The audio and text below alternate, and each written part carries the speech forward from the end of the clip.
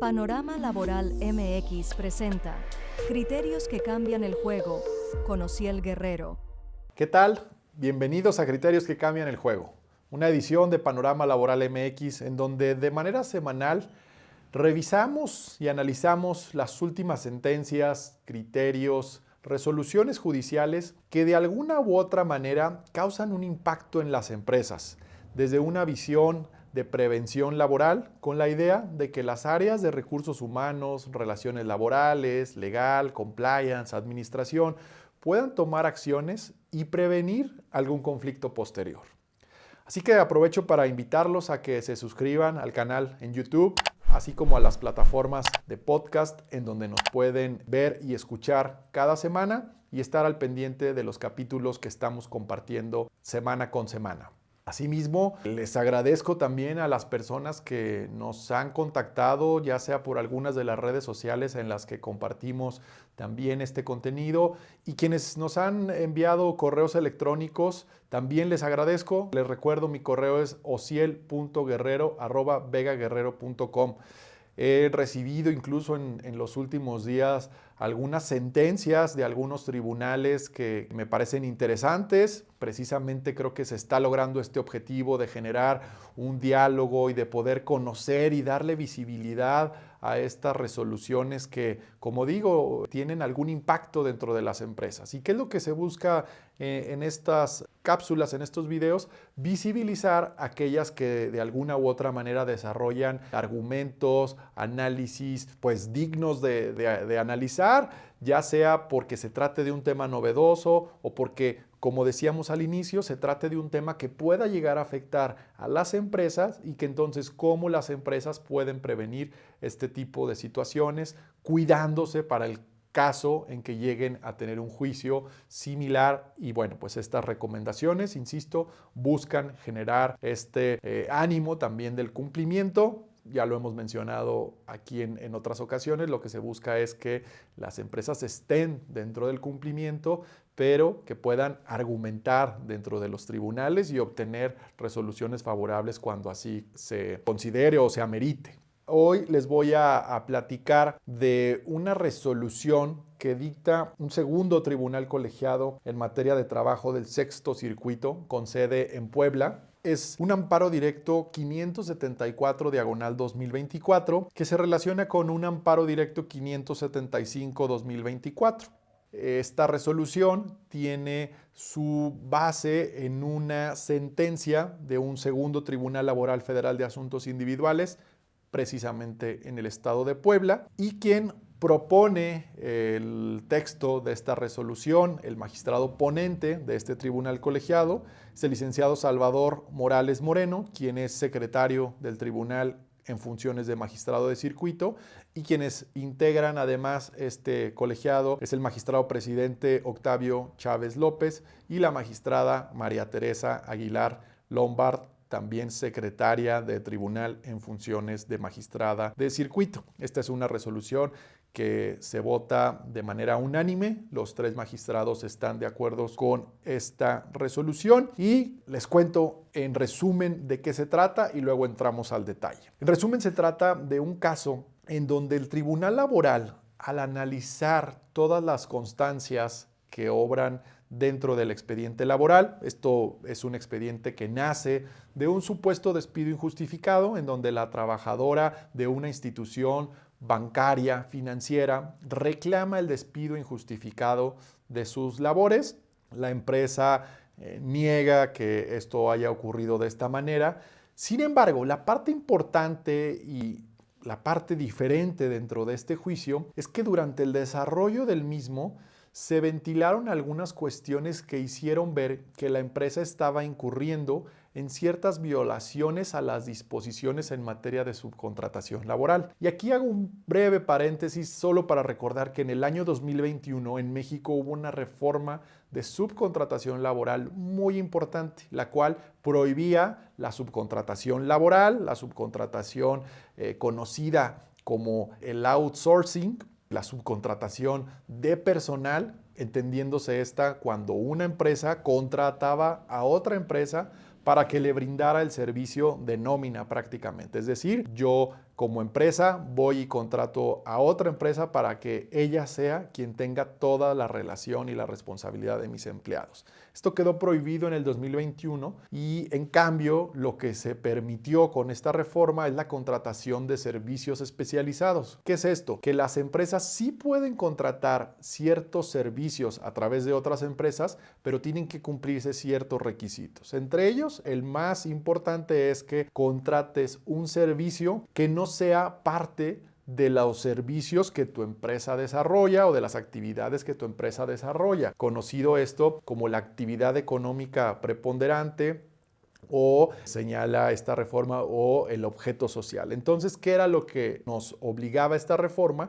Que como empresas teníamos que revisar nuestro objeto social, nuestra actividad económica preponderante, es decir, la que está registrada ante el SAT y con la que recibimos el mayor porcentaje de nuestros ingresos, y que entonces solamente aquellas actividades que estuvieran fuera de este objeto social y de la actividad económica preponderante, sí podíamos subcontratar servicios que implicaran la puesta a disposición de personal. ¿Qué significa esto? Que entonces estas empresas que nosotros contratamos para que nos presten este servicio sí podían mandar a sus trabajadores a realizar actividades dentro de las instalaciones de nuestra empresa, con nuestras herramientas, bajo la supervisión y dirección de nuestros empleados, etc. Y además un requisito importante que planteó esta reforma es que el prestador de servicios, la empresa prestadora de servicios, tenía que estar debidamente registrada ante una nueva plataforma conocida como REPSE, que creó para esos efectos la Secretaría del Trabajo y Previsión Social. Cierro este paréntesis. Cuando este tribunal laboral en el estado de Puebla resuelve la controversia de si había o no había un despido injustificado, encuentra que lo que sí había, y aquí dejo un poco esta controversia específica sobre el despido injustificado o no, lo que sí encuentra este tribunal es que había un esquema de subcontratación, precisamente como ya lo mencionábamos, pero que incurría con ciertas violaciones a la ley. Que este esquema de subcontratación que tenían las dos empresas que operaban como parte de un mismo grupo, ya decíamos era una empresa dedicada a temas financieros, bancarios, y entonces tenía una empresa dedicada a ciertas actividades, otra empresa dedicada a otras, y entonces encuentra dentro de este juicio que sí hay una relación porque la empleada en realidad estaba registrada y formaba parte de una, pero lo que hacía era que daba servicios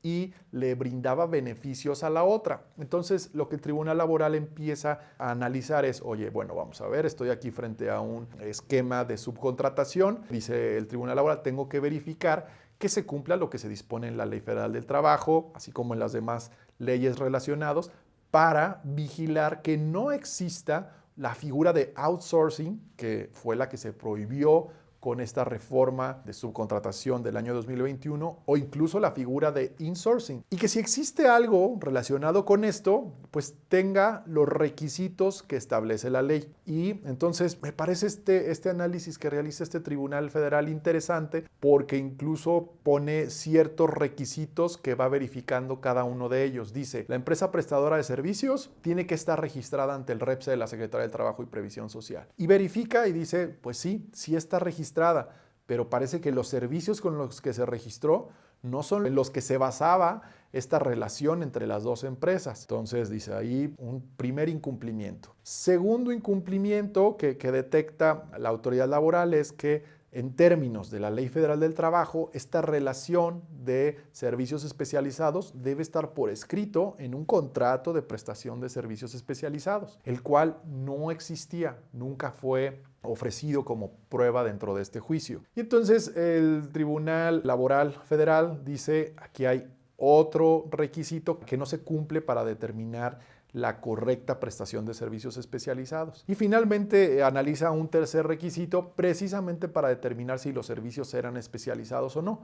Para ello, me parece interesante, refiere precisamente a una guía que en su momento publicó la Secretaría del Trabajo y Previsión Social y que, bueno, pues sirve como orientación al momento de contratar estos servicios y cuáles, la Secretaría del Trabajo señalaba cuáles son las medidas que se deberían de tomar, etcétera, etcétera. Entonces, encuentra por un lado esta parte el Tribunal Federal. Por otro lado, encuentra también dentro de este análisis que estuvo realizando el tribunal temas relacionados con discriminación laboral. Analiza el contexto en el que se tomó la decisión laboral, incluyendo comunicaciones, circunstancias personales de la trabajadora y la ausencia de una justificación objetiva y documentada, y concluye que la demandada, es decir, las empresas que formaban parte de este grupo financiero, no acreditaron una causa legítima, razonable y proporcional que explicara la decisión adoptada. ¿A qué me refiero con esta decisión? La rescisión de la terminación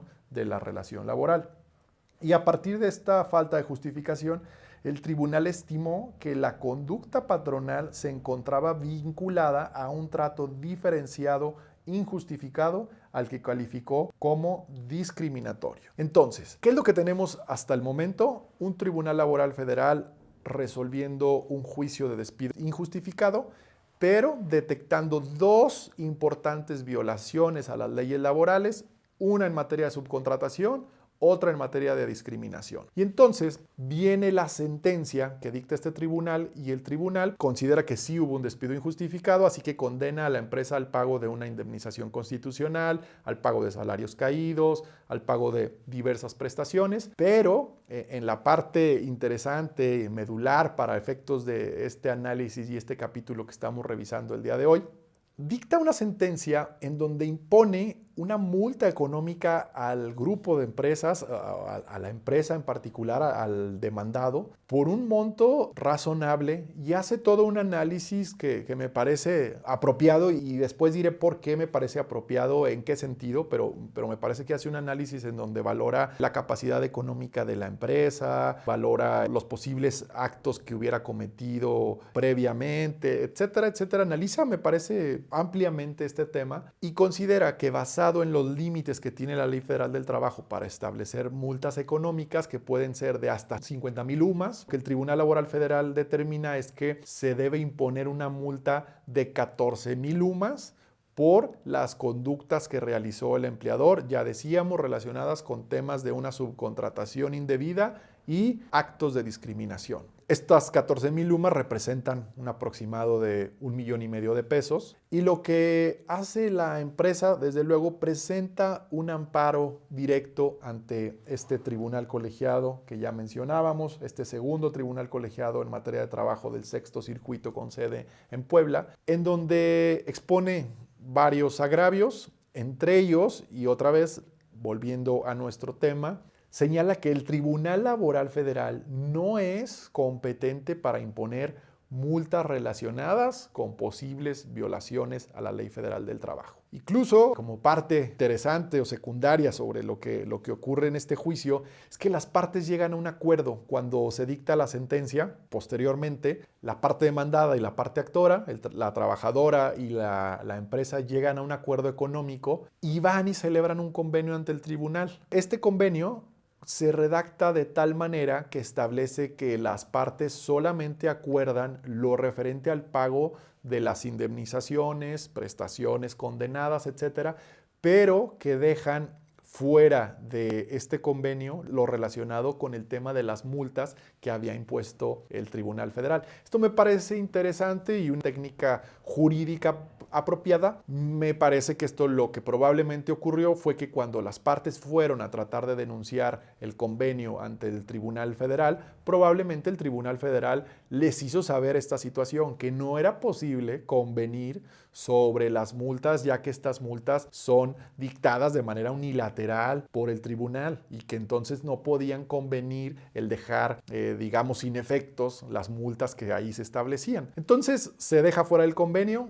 Lo que quiere decir es que el amparo directo sigue corriendo su turno, se resuelve, y entonces en esta sentencia finalmente lo que determina resolver este tribunal colegiado pues es que el Tribunal Laboral Federal no tiene las facultades para imponer multas por violaciones a la Ley Federal del Trabajo respecto de los actos que conoce dentro de un juicio. Y aquí fundamenta su resolución precisamente en lo que establece la Ley Federal del Trabajo, señalando que son las autoridades laborales administrativas, el secretario del Trabajo, a través desde luego de su área de inspección, las autoridades de las entidades federativas, quienes sí tienen la facultad de imponer multas económicas, no así un tribunal laboral federal. Y entonces me parece muy interesante esta parte. El tribunal colegiado lo que dice es, se trata de sanciones administrativas. Dice, además, el tribunal carecía de facultades para imponer, esto le corresponde a entes administrativos diversos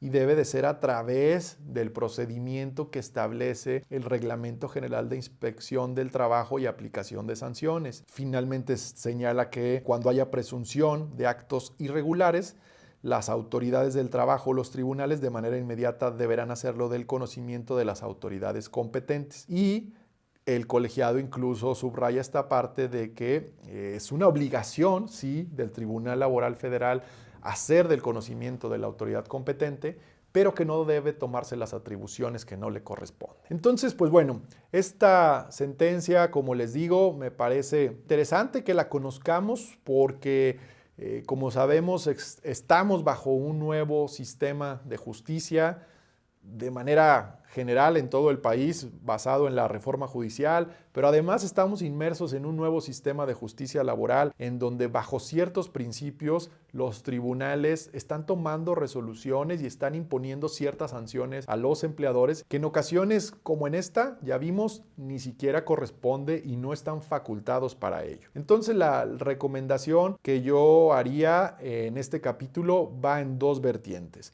En una, desde luego, el cumplimiento en materia laboral.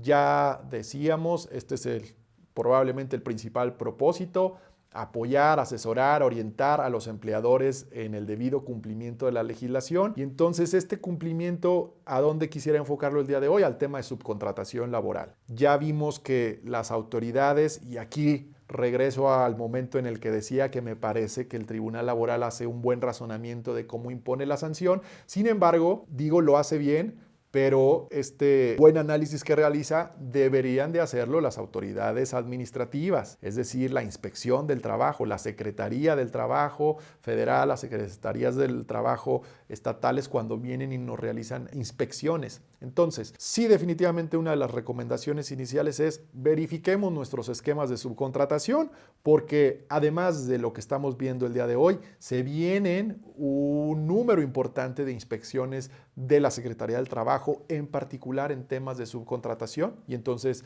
me parece muy relevante que aprovechemos esta ocasión para revisar nuestros esquemas, ya sea si contratamos servicios en los cuales nos ponen a disposición a trabajadores o si nosotros precisamente damos algún tipo de servicio en donde ponemos a disposición de otra empresa a nuestros trabajadores. Hacer estas auditorías para revisar que ya sea nosotros o quien nos presta el servicio estemos debidamente registrados ante el REPSE con un registro vigente, que los objetos sociales, las actividades preponderantes que se contratan no choquen entre sí y que exista cierta justificación de que los servicios que se prestan son especializados y además la parte de que el contrato de servicios especializados debe cumplir con requisitos muy específicos. Y bueno, la segunda recomendación o lección que yo quisiera compartir el día de hoy con los empleadores o con las áreas que están dentro de las empresas revisando casos como este, es que estén muy alertas a que en aquellos casos en donde un tribunal laboral federal pretenda imponer una multa económica por alguna violación a la Ley Federal del Trabajo, puedan revisar este antecedente,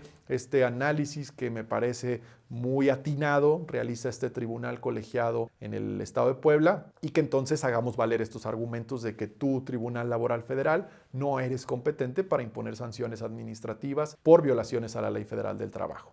Así que con esto cerramos este episodio. Muchas gracias nuevamente por su preferencia, por estar al pendiente de estos capítulos y recuerden suscribirse tanto al canal de YouTube como a las plataformas de podcast para estar conociendo el episodio semana con semana. Muchas gracias y hasta la próxima.